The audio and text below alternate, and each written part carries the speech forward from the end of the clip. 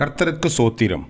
இன்றைய வேத வசனம் 94 சங்கீதம் 14 கர்த்தர் தம்முடைய ஜனத்தை நெகிழ விடாமலும் தம்முடைய சுதந்திரத்தை கைவிடாமலும் இருப்பார். ஆமேன். 94 சங்கீதம் 14 கர்த்தர் தம்முடைய ஜனத்தை நெகிழ விடாமலும் தம்முடைய சுதந்திரத்தை கைவிடாமலும் இருப்பார்.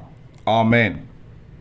94 சங்கீதம் 14 கர்த்தர் உங்களை ஆசீர்வதிப்பாராக, உங்களோடு கூட இருப்பாராக. ஆமேன்.